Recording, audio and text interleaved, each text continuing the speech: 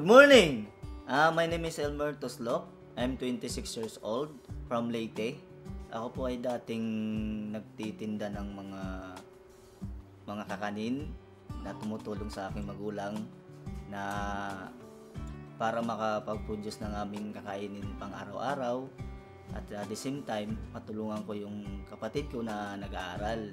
Ang pangarap ko po nung bata pa ako, gusto ko maging seaman. Ang buhay ko po nung kabataan ako, mahirap lang po kami. Nakatira lang po kami sa gilid ng baybayin sa lugar namin. So, yun po yung naranasan ko na ganun pala ang buhay ng mahirap na halos hindi makakain ng 3 beses sa isang araw. Na-involve po ako sa M Global nung merong nag-share sa akin ng isang produkto. Doon po sa SM. So, yun. Sinabi niya sa akin, ako po actually nagtatry ko sana ng mga iba't ibang product kasi dati po ako'y payat at hindi po ako makapatpatin. Ang trinay kong product po is C24/7. So, nung trinay ko yung product, yung gumanda yung pakiramdam ko at saka meron po akong sakit na yung sa migraine. Yung po yung nakapagano sa akin. Sinimulan ko ang negosyo nung sumama ako sa office ng AIM Global. So nakita ko siya. So maganda pala nung nakita ko. So pinakita sa akin ng nag-invite sa akin, na sabi niya sa akin, sama ka lang, tingnan mo lang yung opportunity na ipapakita namin.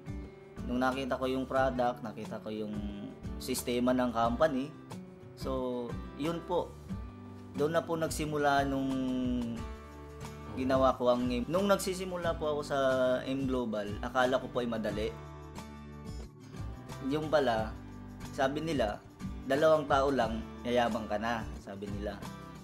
Nung nagsisimula ako sa M Global, lahat po ng hindi ko naranasan dati ay mas lalo pang naranasan. Kung ang dati ko pong buhay ay mahirap mas lalo pa po akong naghirap. Yung nararanasan po namin sa nabagyuhan, ng labuyo, kasama ko po yung mga leaders ko, yung grupo ko. So, maglalakad kayo sa dilim na walang kailaw-ilaw para makadeliver lang po ng product at matustusan lang yung pangangailangan ng mga gumagamit ng produkto po natin. Ang ginagawa nung nagsimula po ako sa M Global, yun, naulanan ako nung kami nagde-deliver ng product, gabi na, tapos yung dinadrive kong motor, wala pang ilaw. So mahirap mag-vision ng walang ilaw sa daan. So yun po yung namin. Ako na lang po, faithful na lang, kumbaga, trust God na lang ako nung nagsisimula po ako. Nang dahil sa M Global, nagbago ang aking pananaw sa pag-iisip, saka sa salita, at bilang din sa gawa. So, yun po ang nabago sa akin nang dahil sa M Global. Ang hirap ko na napagdaanan dito sa ginagawa ko yung negosyo ay yun, hindi ka nawawalan ka ng pamasahe, nawawalan ka ng pagkain. Minsan ang pagkain mo ay hinahati ko pa yung 2 noodles sa isang araw para matustusan lang yung pangangailangan ko. Nung ako yung nagsisimula sa M Global, akala ko madali. Akala ng iba madali. Yun pala yung dinanasan ko guys. Napakahirap po talaga nung nagsimula ako sa M Global. May pagkakataon na po na gusto ko nang tumigil sa pagiging M Global, gawa nga ng yun nga na naisip mo parang walang nangyayari sa mga ginagawa ko bilang sa pagiging sa labas. Alam ang ibig ko sabihin, pagka lumalabas ka, parang marami kang naririnig na tigil mo na yan kahit wala naman nagsasabi. Na naiisip ko rin po na ganung bagay, tumigil na sabi ko nga parang bala ko na rin mag-abroad na lang.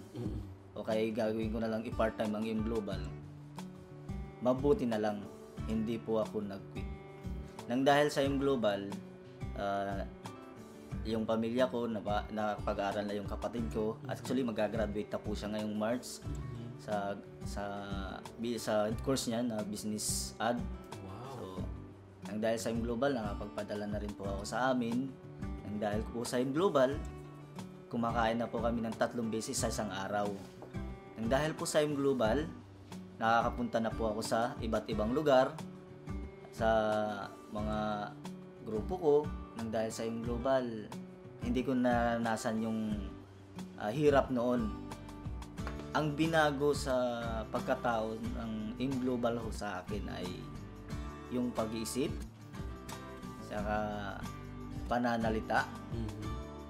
Bilang ordinaryong tao na si Elmer dati, yun po ang nabago sa akin. Golden Empire Alliance Dynamic, UEE, United Empire Alliance, powerful. M Global ay biyaya ng Diyos.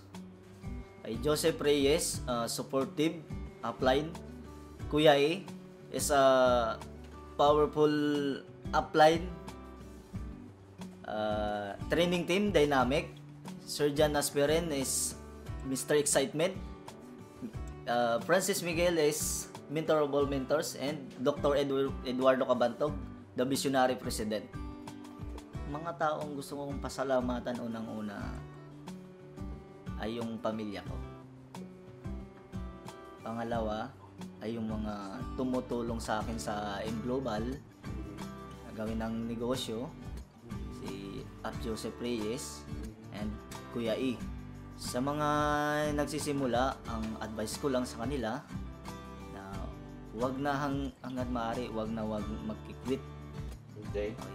Tuloy-tuloy nyo lang po ang ginagawa ko, nahihirapan mo kayo. Ganon din po ako nung nag-umpisa, nahihirapan. Wag lang po tayong makalimot sa taas. Unang-una po yun. At sa mga nahihirapan, talagang kung ikaw ay nahihirapan ngayon dito sa pagsisimula sa M Global, ang advice ko lang ho sa inyo, yun, tuloy-tuloy lang. Ang gusto kong sabihin kay Kuya E ay isa sa mga, kahit na siya yung naging top earner, Hall of Fame, andyan pa rin siya, nakasupport sa mga grupo na nangangailangan ng tulong. Yun po ang masasabi ko kay Kuya E. Salamat sa Diyos na merong M Global na nagbibigay sa atin ng opportunity na mabago ang buhay natin. I love Golden Empire Alliance. I love United Empire Alliance. I love M Global and I am loyal.